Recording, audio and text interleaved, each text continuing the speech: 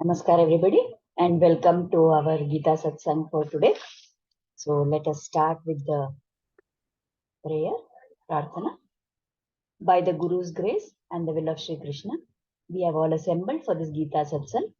May we have their guidance to be able to learn and adopt the things which will help us to grow spiritually. Let us chant the prayers. Vasudeva Sutam Devam Kamsa Chanuramardhanam Devaki Paramanandam Krishnam Vande Jagadgurum Krishnaya Vasudevaya Haraye Paramatmane Pranatah Kleshanashaya Govindaya Namo Namaha नमोऽस्तु ते व्यासविशालबुद्धे पुल्लारविन्दायतपत्रनेत्र येन त्वया भारततैलपूर्णः प्रज्वालितो ज्ञानमयप्रदीपः रामानुजतया पात्रं ज्ञानवैराग्यभूषणं श्रीमद्वेङ्कटनाथार्यं वन्दे वेदान्तदेशिकम् यो नित्यमच्युतपदाम्बुजयुग्मरुग्म व्यामोहतस्तदितराणि तृणाय मेने अस्मद्गुरोर्भगवतोऽस्य दयैकसिन्धोः रामानुजस्य चरणौ शरणं प्रपद्ये. So with prayers at the lotus feet of the Acharyas, let us begin our topic for today. So in the last satsang, we have summarized the first chapter, and we saw how Arjuna, that first chapter was called as Arjuna Vishada Yoga. So at the end of that, stating all his whatever feelings are there in his mind, Arjuna has sat down now and said that I am not going to fight. And that is what Sanjaya reports to Dhritarashtra in the last shloka of the first chapter. Now here, the second chapter we are going to start from today. So the first shloka in that, again, it is Sanjaya who is reporting. So the beginning of this chapter is by Sanjaya reporting what happens. So today we will take up this shloka and then we will go on to the further shlokas from where Lord Krishna himself will start speaking. So Sanjaya uvacha tam tatha kripayavishtam ashruपूर्णाकुलेक्षणं विषीदन्तमिदं वाक्यं उवाच मधुसूदनः. Sanjaya said, seeing Arjuna overwhelmed with pity, overcome by compassion, his mind being stricken by grief, and his eyes full of tears, Sri Krishna spoke the following words. So here Sanjaya is describing what was the state of Arjuna. Arjuna has been totally overcome with karuna and pity and compassion for all the people who have assembled to fight, and thinking of the fact that in this war, if he fights, he is going to kill all these people and everybody will die. And what is the point of having the Rajya where we have killed our own near and dear ones? With that kind of a desperation, his eyes are totally full of tears. He's completely lost his resolve to fight. And seeing him like this, seeing Arjuna's state like this, Krishna spoke the following words. So what Krishna speaks, we will take up next time. But for today, what is there to understand? This looks like such a simple shloka that Sanjaya is actually just telling what is the status of Arjuna and how, seeing this status, Krishna is going to talk. But in this, there are a lot of things for us to try and understand. So what are the points we can look in this shloka? So Krishna here, Sanjaya calls Krishna as Madhusudana, isn't it? He says here, Uvacha Madhusudana. Sri Krishna spoke the following. He is narrating. So here, this use of the name of Madhusudana is very significant in this point. What is that significance? Krishna is called by many different names. And here he is referred to as Madhusudana. And Madhusudana refers to the one who has killed the two asuras called Madhu and Kaithaba. So there is an interesting story of how actually these asuras came, how they were killed by the Lord. And that is the reason why Krishna is called as Madhusudana. So, in brief, to tell this, to narrate what exactly happened, this Madhu and Kaitabha, it is said that they were two asuras who originated from the Lord himself. Like in some places, it is told that the wax inside the ears of the Lord, from that, these two asuras came. And they, at that time, Brahma had not yet started creation. Only Sriman Narayana was there and Brahma was there, but he had not yet started the process of creation. So there was everywhere only water. Lord Narayana was there, and from his body, from the wax of his body, these two asuras came. Now they heard the sound of the mantras which were being uttered by Brahma, and because they heard the sound of those mantras, they caught some part of it, and they also meditated on that. And because of that, they were able to please, like without their knowledge, what they were saying had the bija mantra of Durga Devi. So they kept repeating that whatever they caught, and by that they pleased Durga Devi, who gave them a boon. And she said, "What do you want?" So they said, "We should die only out of our own wish. That is the boon that we want. No one should be able to kill us. That is the boon that we want." So Durga Devi agreed. Now, these two asuras, they were very arrogant, because now they thought, okay, nobody can do anything to us. And anyway, there appears to be nobody here. So they started looking, where is the source of this mantras coming from? And they found Brahma. And then they threatened Brahma that you have to give us the Vedas. They pulled away the Vedas from Brahma. That means Brahma lost the knowledge of the Vedas. And then these people started chasing Brahma. Brahma ran to Sriman Narayana and requested that, please see these asuras, they are troubling me like this. They have also robbed the Vedas away from me. How will I do the creation without the Vedas? So at that time, the two asuras, they also reached there. And then they challenged Vishnu, Sriman Narayana, to a fight. And in that fight, which went on very long, they were very powerful, those asuras. And they had the boon from Durga Devi.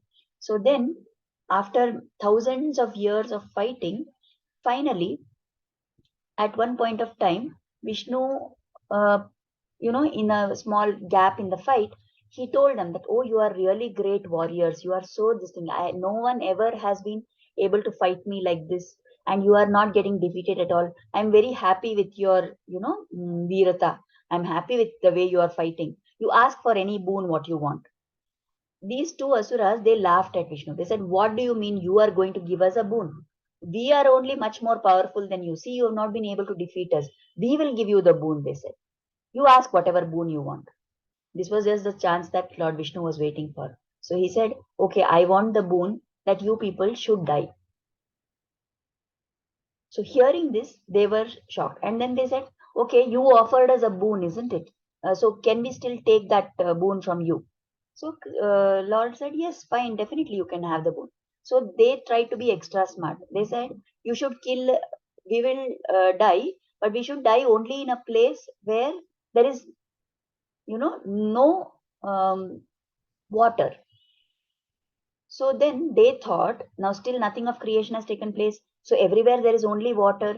So where will Vishnu kill us now? We will not die. With that idea in their head, they said that we should be killed in a place where there is no water.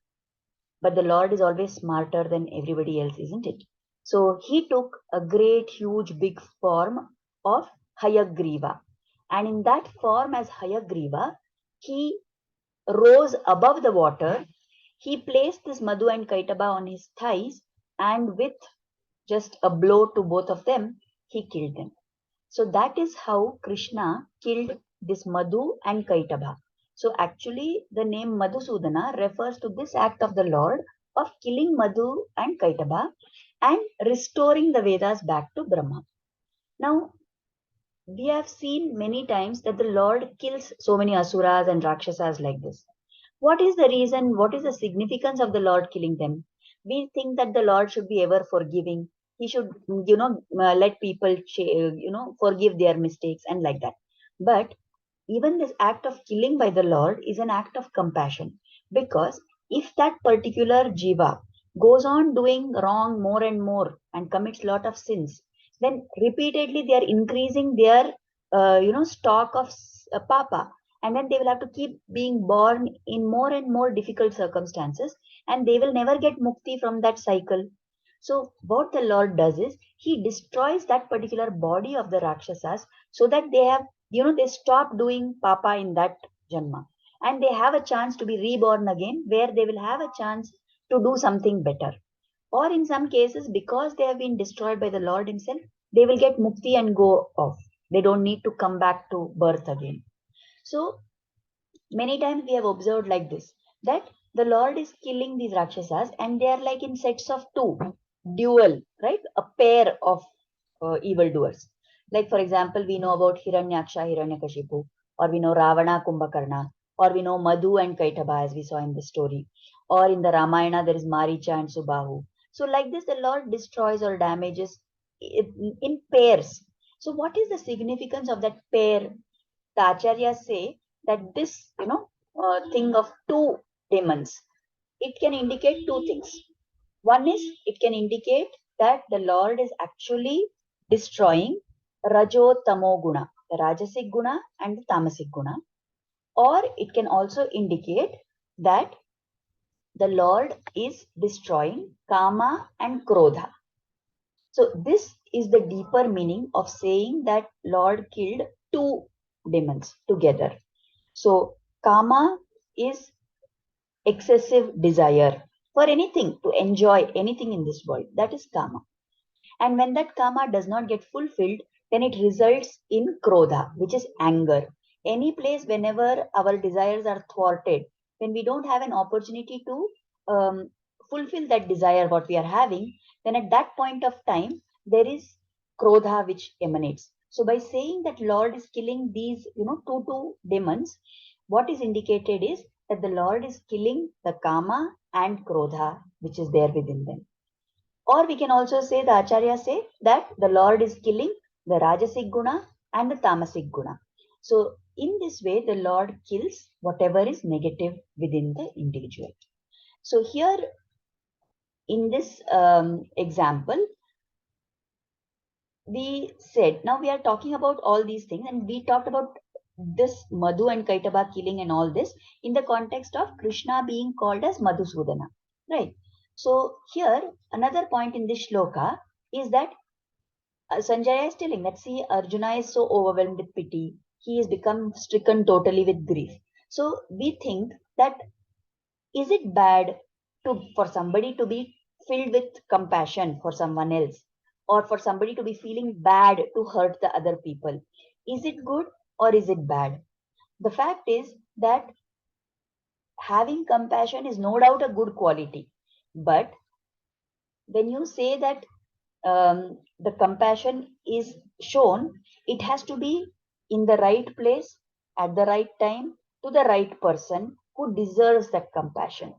Now, when we go further, we will see what is the root of this compassion which Arjuna is feeling. What is the difference between the compassion which Arjuna is feeling for his relatives and the compassion which the Lord has on his devotees? There is divine compassion and there is material compassion. So what the Lord feels for his devotees, that karuna, that is divine compassion. And what Arjuna is feeling for his relatives is because he is identifying with them at the emotional level. He is looking at them as the body and not as the Atma. So that, in that sense, here we can say that for Arjuna to feel compassion, yes, he's feeling compassion, that's a good quality, but in this situation, it is not the right quality to be having, because this compassion is preventing him from performing that action which he is supposed to perform as per dharma. So another story is told here by the acharyas to tell about this idea of what is the meaning of compassion. We know that Uddhava was a very close friend of Krishna, and he was also the minister of Krishna. He was a very wise person. He had gained knowledge from Brihaspati Guru himself, who is the Guru of the Devas. So he was a very knowledgeable person. And later in his life, he also developed a lot of bhakti to Lord Krishna. How he learned that from the gopis, that is another story we will take up some other time when the occasion is available.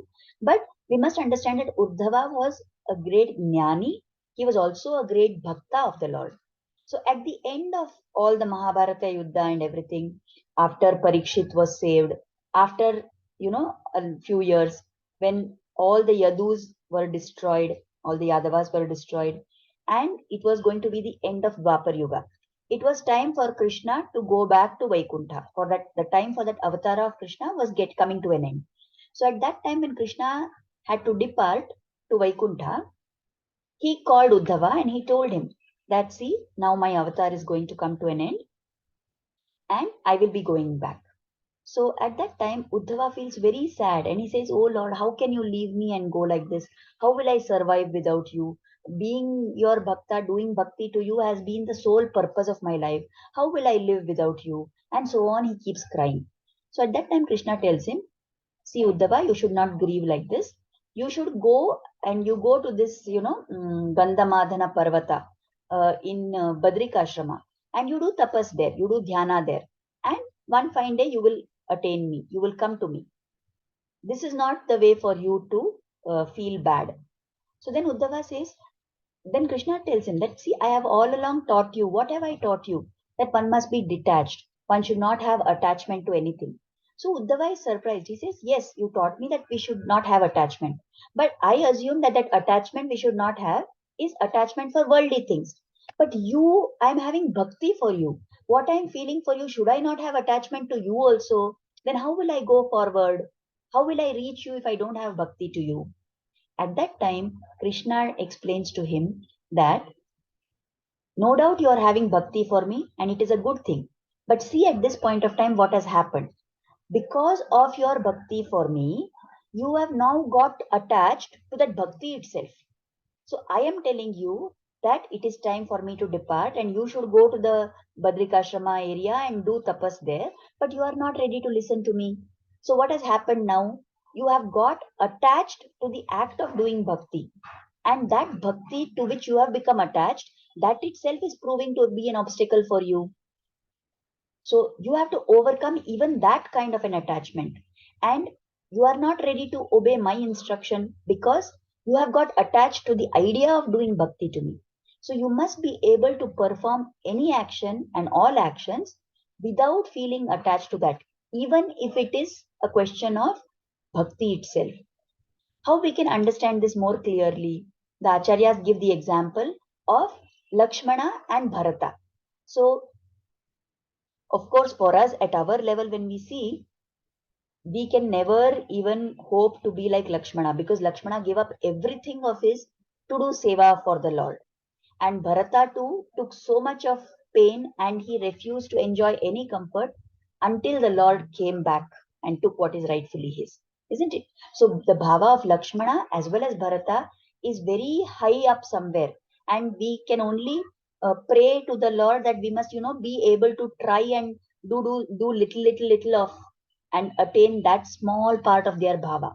But from the point of view of the acharyas, when they explain, Lakshmana, he himself made the decision that he is going to go with Rama and Sita into the forest when they went for Vanavas. And he himself did seva. He decided. He did not bother about when Rama told him that you stay back here, you take care of our parents and all that. He did not listen to Rama. He said, no, aham sarvam karishyami. I will do everything for you. I am your dasa. And I will do everything for you. And he went along with him. Now, we are not, the acharyas are not telling that this is wrong. Of course, it's a very great, attitude to have. And it is very praiseworthy that Lakshmana was that kind of a person. How much sacrifice he has done for the sake of Rama. But the acharyas, they contrast the spirit of Lakshmana with that of Bharata. Bharata also came into the forest. He wanted to take Rama back and say, you come and be the ruler of Ayodhya. But when Rama insisted and said, no, Bharata, you have to do like this, and this is my instruction, then Bharata agreed to that. So, even later, after the Vanavasa was over, when they came back and the Pattabhisheka, the coronation of Lord Rama took place, then who is going to be the Yuvaraja? one of the brothers had to be. So the next in line was Lakshmana. So Rama told Lakshmana that we will make you as the Yuvaraja. Lakshmana flatly refused. He said, no, I will not be Yuvaraja because I don't want anything to distract me from doing seva to you. Now, is that a wrong attitude? It's a very great attitude. Again, Lakshmana is doing sacrifice. He doesn't want any attachment to the worldly things. He only wants to do kainkaryam and seva of the Lord. But later, when Lakshmana refused and Rama asked Bharata, Bharata said, if that is what your wish, Rama, I will take it up. So here the acharyas are pointing out the concept of swatantra buddhi versus paratantriam. Swatantriam is I will decide and I will do what I think is right.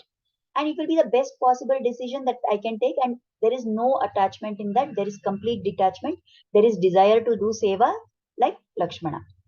But superior to that or higher up than that is the idea of paratantriam, that I want to do bhakti, but I don't want to do it the way I want to do it. I am ready to accept whatever the God places in front of me. I am ready to do everything as per the God's will. I am not going to do anything at all with the attitude that this is what I am doing. I am going to do whatever it is with the idea that as the Lord wills, so it will happen. So here, this same thing, what we were talking in the story of Krishna and Uddhava, that Krishna told Uddhava, you want to do bhakti to me, but my instruction is that you have to separate from me and you have to go and do dhyana. So if you are not able to overcome your attachment for me, then that again is also an obstacle. So what was Uddhava doing here? When he said that I will not go, I want to stay with you always, he was trying to be swatantra. But what Krishna wanted of him, the idea of the attitude of paratantriya. So this kind of a spirit. So here, although definitely attachment to the Lord, definitely attachment to satsang, definitely attachment to doing bhakti is necessary for us compared to attachment. We should be completely detached from other things in material life. And we must be attached completely to the Lord and to bhakti and whatever means take us to that bhakti.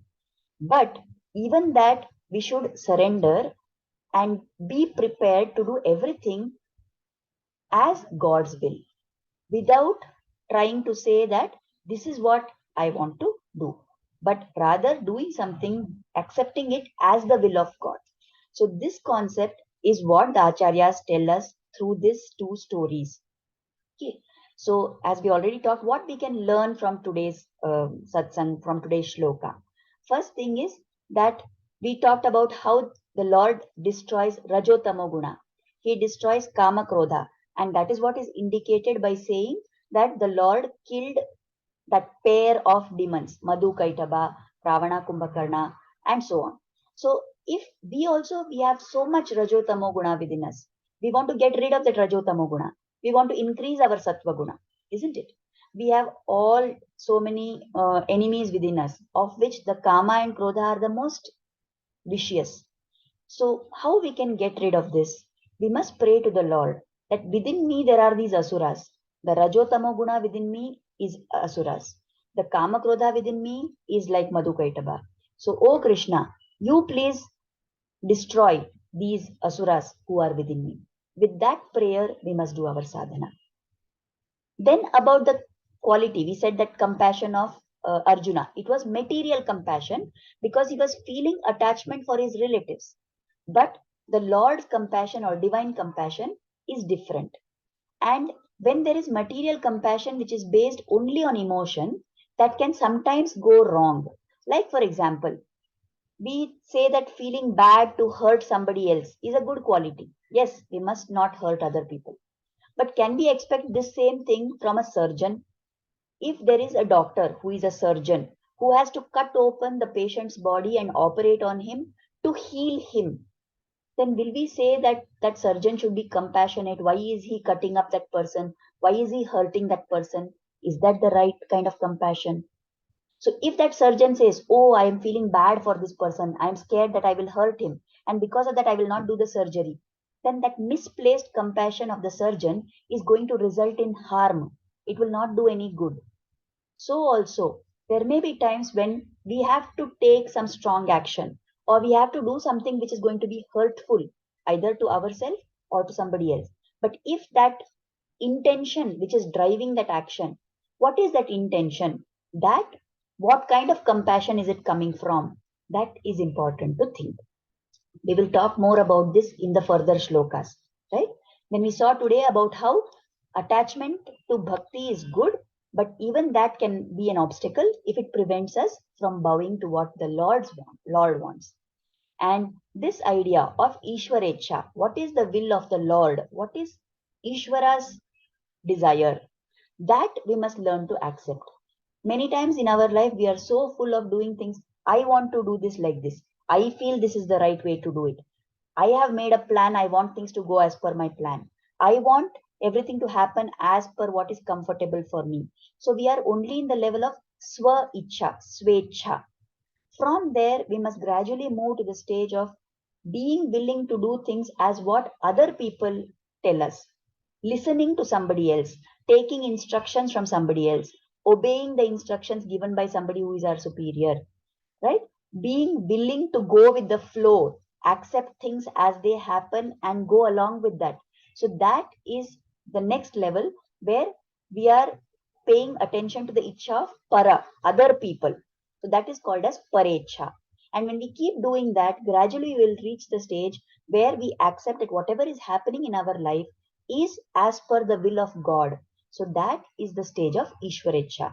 So through small things, we must try to accept. If something goes against what I had planned, let me learn, say, okay, God, this is your will. Okay, Krishna, this is your will. I will accept it. So, like this, when we try to cultivate this attitude, we will be able to accept that Lord is getting things done through us. Right?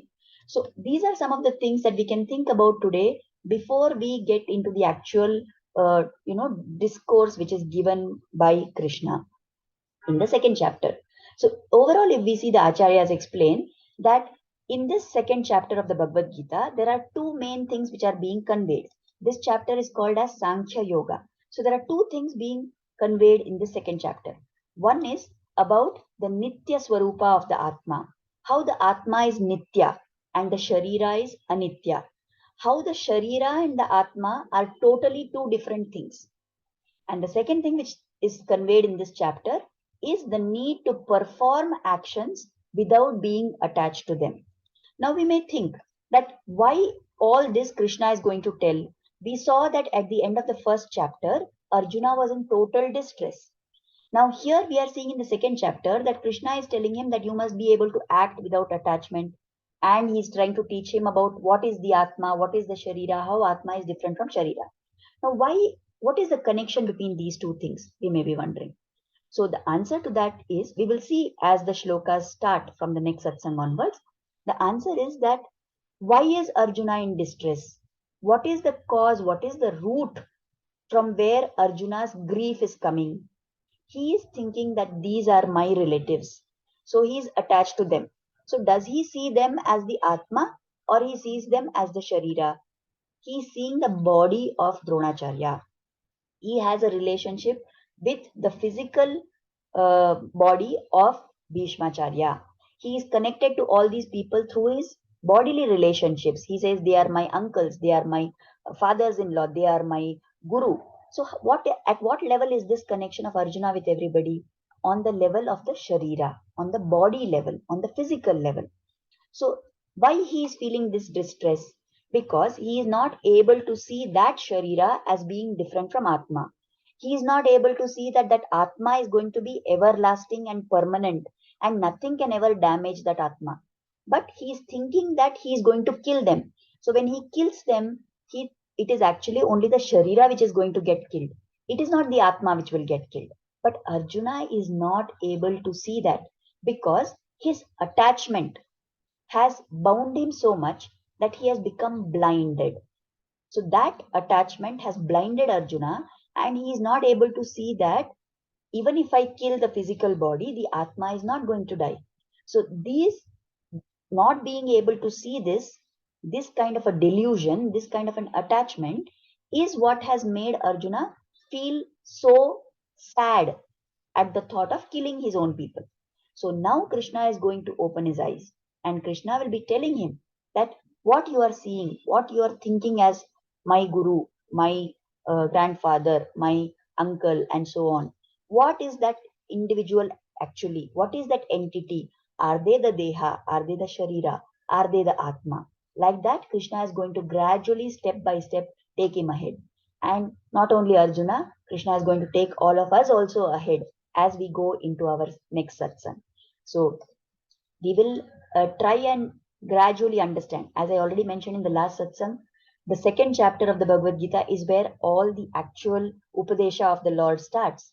So it is going to not be as simple as what the first chapter was. So we have to pay a little more attention. We have to pray with more surrender to the Lord that He will be able to help us to grasp these concepts. And we will have to apply those things, those thoughts in our own life also, and see where we are getting deluded, where we are getting caught up in emotion. Is our emotion the right kind of emotion? Are we getting more and more attached to worldly material objects, or are we able to cut off from them?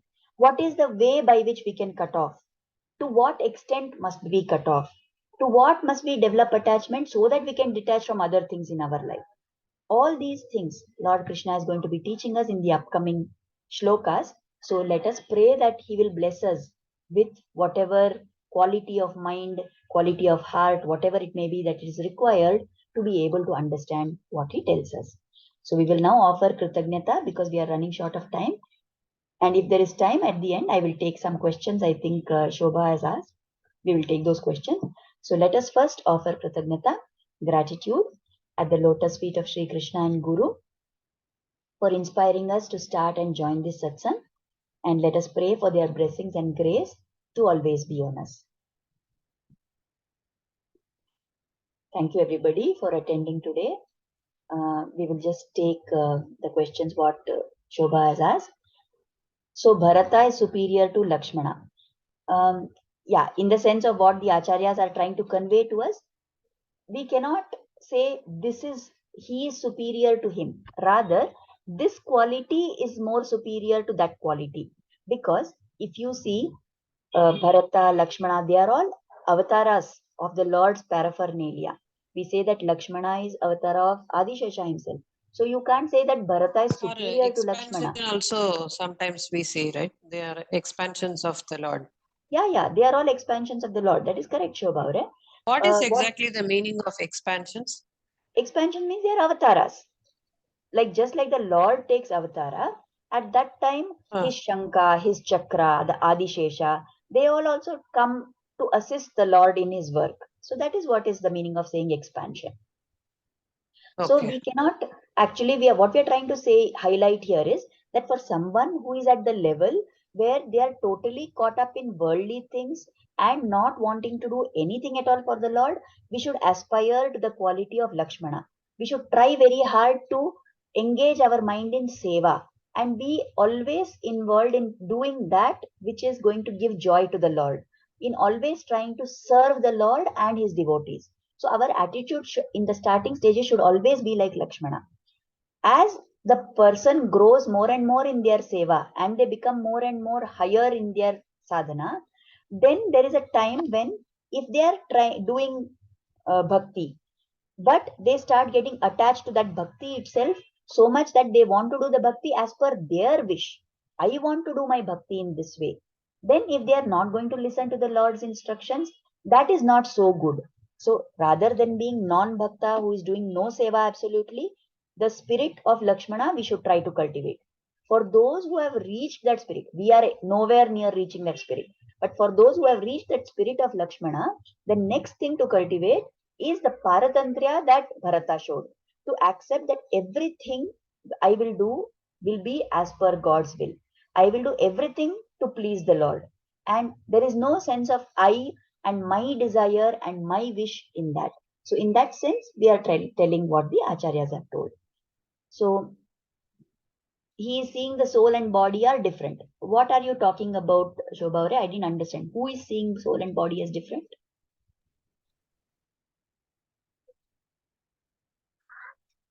when you were telling that Arjuna was in distress Ah, on seeing the relatives in the war, in the yeah, first yeah, chapter, correct. and at that time, Krishna consoles him, and there starts the Bhagavad Gita, actual Yeah, Bhagavad yeah, Gita. correct. Till then, Arjuna was not seeing. Yeah. Arjuna was seeing the soul as a different thing. Arjuna did not, He was thinking that soul is distinct from the body. no, Arjuna was thinking not in terms of soul and body at all. He was only seeing the body. He was not at all thinking about Atma and what is Atma and that you cannot kill the Atma. It is as if he has become blind because so much emotion Uh, was there that he was not able to see that there is something called Atma. If he could see that soul mhm. is different and body is different, he would not have got into that state at all, isn't it? Because he was Yes. not able to identify the difference or realize that there is something called Atma which is different from the body. That is why he was lost in that emotion and grief. So he was not able to see. He had no Viveka to see the two differently. That is what we are trying to say. And there was But some other. he was such a great bhakta of Lord, and how he did not know the difference. The soul is eternal. He was a great bhakta of the Lord, but he was seeing Krishna more as his friend rather than as bhakta, no?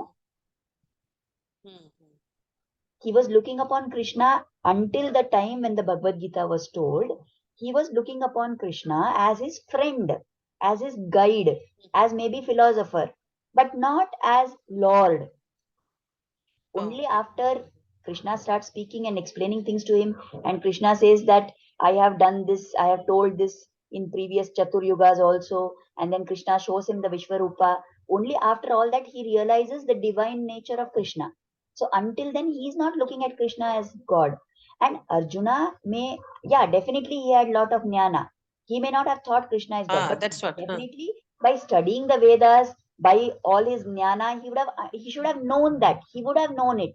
But what happens to us many times, we also know, isn't it? Like now in normal times, we know we should not get angry. We know we should not be rude to other people. But what happens sometimes, Mhm. somebody will trigger us off. At that We moment, what go happens to us? blank sometimes. We go blank. Why? Because our emotion has overtaken our intellect, isn't it?